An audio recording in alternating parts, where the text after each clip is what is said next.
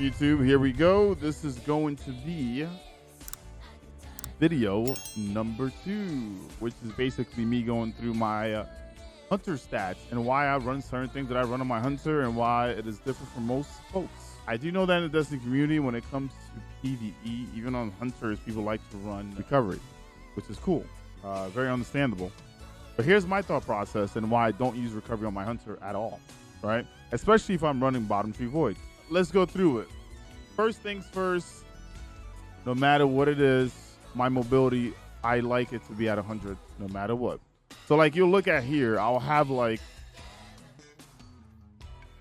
you can kind of look at like my gear and like why do you have 110? Well, it doesn't matter because it caps out at 100. So no matter what I do, 100 is what it is, all right? Now, my class ability basically opens up to multiple things, Dynamo being one of them, but if you look at most of the mods in the game, it is going to like, it basically ties off for your class ability. You do this and this starts up. It's basically like the cycle, right? Some of them are through melees and some of them are through grenades. But the quickest thing that you could probably get to is your class ability, all right? So for my hunter, I start out with my mobility. It reduces the cooldown for my dodge and increases my movement speed and maximum jump height. The neat thing about this is not only do I get to like go around and, you know, run fast, I can also get in and get out of things, right? As a hunter, to me, in my mind, is you're supposed to be sneaky, right? You're not really supposed to be out and open a lot. Your job is to kind of like tackle things and then get in and get out, right? That's why you have to dodge, right? You do a few things, you dodge out of there, right? A Titan, he has a shield, right? Like one of the coolest things is cover, right? He can put that up and then kind of move. So I'm sorry to say this, but as a hunter, in PvE, I don't use recovery much because I can recover by dodging out of there and getting behind cover for a bit. Now, if you're speed running and you're like, you have to be in the middle of things and things are hassling up, run your recovery. I have nothing against it. Now, another cool thing to kind of pay attention to is it depends on like team chemistry, right? Like I feel like I play around a lot of people that kind of understand my play style, right? Like my hunter is very aggressive. I like to get in and get out of things. But most of the time, I know when I can live and when I can't. And, you know, one of the next things that I kind of build into when it comes to the bottom tree void hunter is my grenade, right? My grenade kind of does multiple things here. My grenade kind of like swings everything into effect for me. So I go from mobility to grenades, right? The cool thing about the bottom tree grenade is this.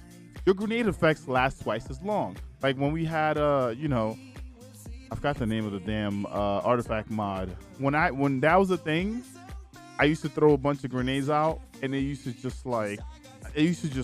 think it was Oppressive Darkness. I think it used to just shred things, and it allowed me to do damage. And not only that, it lasted twice as long, right? And it's very potent. It's one of the strongest grenades in the game when it comes to it. Like I use Vortex most of the time because I know that Vortex can kind of stay in one place. Void walls are stronger, but void walls are also something that you can't control. I know that it says a horizontal wall of burn and void light, but most of the time I throw it, it goes the opposite way where I want it to go, right? So I like using this here. Now, another cool thing about this class is whenever you're invisible, right, you have Heart of the Pack. Heart of the Pack gives you weapon haste, increase your mobility, and you also get recovery resilience, right?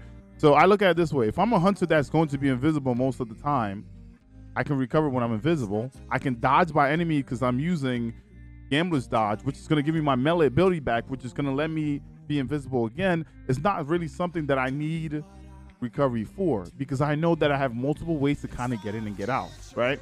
The next thing is combat provision. If I damage enemies with my grenade, it grants me my melee ability energy. Making allies invisible also gives me grenade energy, which is why my discipline is so high because I know that if I make myself and a teammate invisible, I'm going to get my grenade back. And on top of it, my grenade, if there's a big section of enemies together, if I throw that grenade and it's sitting in there, I could just continuously throw my melee on the ground to make me invisible to get to that stack of, you know, Heart of the Pack ×3, which kind of makes everything kind of easy for me. But not only that, it also gives my teammates movement, reload, resilience. All of that is also something that's a component that's kind of tying in to my teammates. And honestly, next time you play the game, when you throw your grenade, right, and you dodge by something, as the grenade is hitting, look at like literally count the cooldown for your class ability. Let me know how many seconds it takes, because I'm pretty sure it sheds it off by almost half, which is why I like building into discipline when it comes to this setup. Now, if you're a Crucible hunter, I have a complete different set of gear for that, right? I have recovery and intellect gear. Why? Because I know that I need to basically, you're going to be in the middle of a fight. And the Crucible is way faster paced than PvE. In PvE, the enemies aren't going to push you that much. If anything, you're the aggressor, right? And PvP is the opposite. You know, people are going to be aggressive. People are going to push you. Recovery is something that you need to look into for that. Recovery and intellect is probably the first things that most people look into when it comes to PvP. And that makes sense. That literally makes sense, because you're going to be in engagements. And sometimes you can't get out of engagements as fast as you want, because maps are, you know, a little bit crazy all over the place. But when it comes to PvE, my hunter's a complete different setup, right? Now in Crucible, I think I have like a 9-10-10 build with my Shadow chest piece, Dragon Shadow. I love Dragon Shadow, right? But that's a complete different aspect of the game, right? Complete different aspect of the game.